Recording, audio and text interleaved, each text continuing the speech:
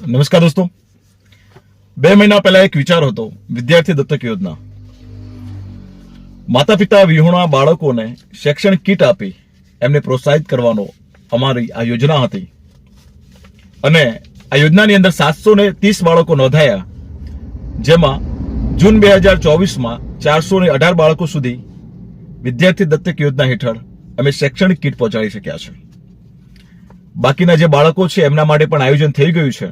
ટૂંક સમયમાં આ તમામ બાળકો સુધી શૈક્ષણિક કીટ પહોંચે એવો પણ અમારો એક ઉમદા પ્રયાસ છે. મિત્રો, 730 બાળકો જોડાયા છે અને વિવિધ સંસ્થાઓ, ટ્રસ્ટોએ આ બાળકોને દત્તક લીધા છે.